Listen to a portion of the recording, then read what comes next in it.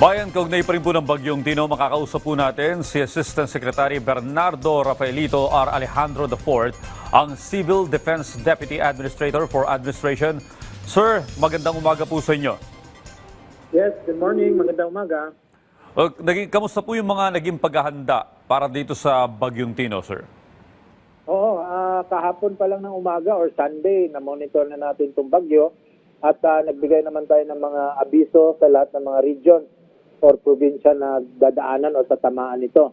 So malawak po ang kanyang sakop. So Region 8, Region 7, sa NIR, 4B, sa Mimaropa at saka Caraga, no?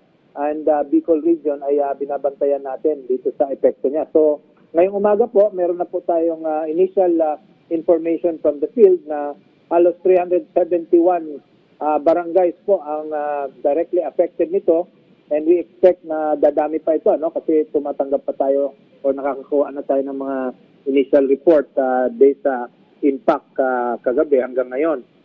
In fact, yung bagyo ay kalalampas lang ng Cebu, nasa northern part na siya ng Negros at patungong Panay.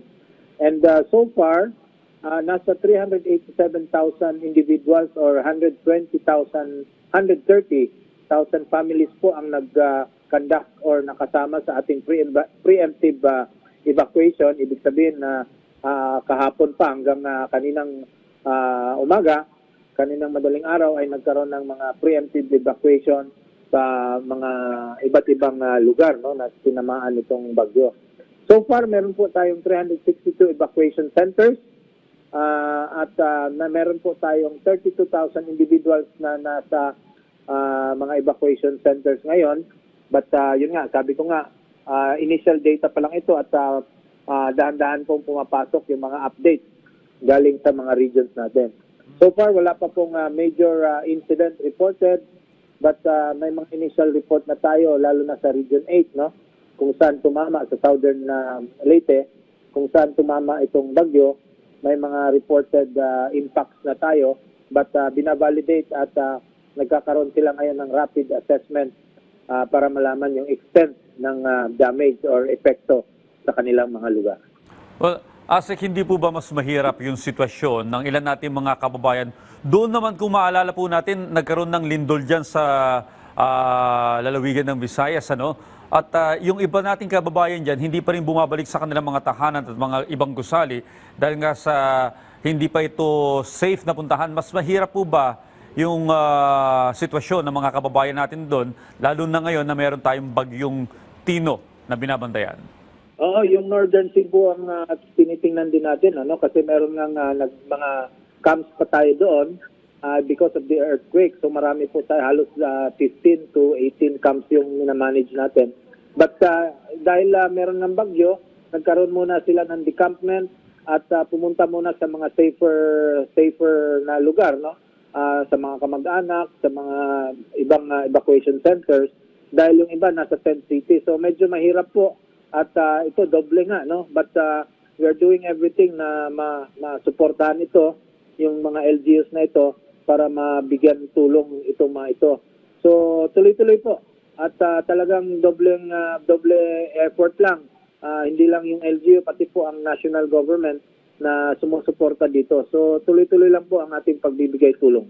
Okay, Asik, meron po ba mga report kayong natanggap kung meron tayong mga kababayan na pinapalikas na ngunit ayaw lumikas dahil po sa kanilang mga kabuhayan kagaya po ng mga pananim at mga alagang hayop? So far, wala naman tayo natanggap na gano'n. Ano? Very cooperative po yung ating mga kababayan, lalo na dito sa Visayas area na tinamaan. Kaya nga, meron tayong nakuhang datos na halos 130,000 families ang nag-preemptive evacuation. Ibig sabihin, nag-cooperate yan sila, sumama at sumunod sa mga babala natin.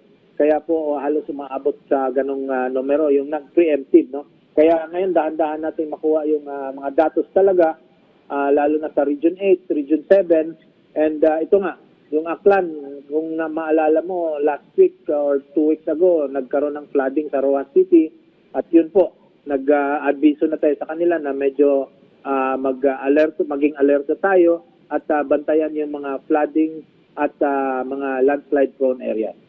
Okay, Asik, bilang panghuli, no? Well, sinabi po ng Pag-asa na maaaring bukas pa lumabas talaga ng Philippine Area of Responsibility itong Bagyong Tino. Sa ngayon, habang umiiral po itong bagyo, ano po ang gagawin ng Civil Defense? Ito unang-una tuloy-tuloy ang ating pagbibigay ng mga alerts or early warning, no? Through different means na may social media, sa media, tri-media, sa mga local government units para po maging handa at alerto lahat po ng ating mga units. And pangalawa po, lahat po ng ating mga response clusters ay activated para mag-augment sa ating mga local government units. Pangatlo po, habang dumadaan yung bagyo, yung mga dinaanan na po, ready na po, lalo na yung ating DSWD, DOH, at yung ating mga uniform service na magbigay ng augmentation support doon sa mga kailangan mag-rehabilitate or mag-early response, no? Or early recovery efforts. So tuloy-tuloy po ang ating mga pagbibigay ng family food pack, pagbibigay ng mga temporary housing materials or repair kits, at pagbibigay ng medical assistance doon sa mga dinadaanan or nadaanan po ng bagyo. Okay, Asek, meron na po bang mga nakarating na report sa inyo kung meron ng mga lugar dyan sa may lalawigan po ng Visayas na wala ng supply ng kuryente o supply ng o linya ng komunikasyon? Meron po sa Region 8, sa Tacloban mismo, wala daw ang kuryente. Yung Southern Leyte, no? Southern portion ng Samar ay wala pong kuryente. Even sa Cebu po, we are receiving reports na wala pong kuryente as we speak.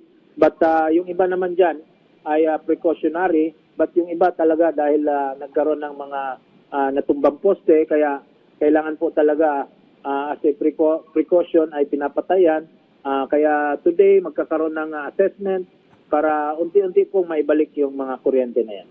Well, Asek, alam po namin na abala kayo sa mga ganito panahon. Maraming salamat po sa pagtanggap ng aming tawag. Asek Rafi Alejandro ng OCD. Maraming salamat din po.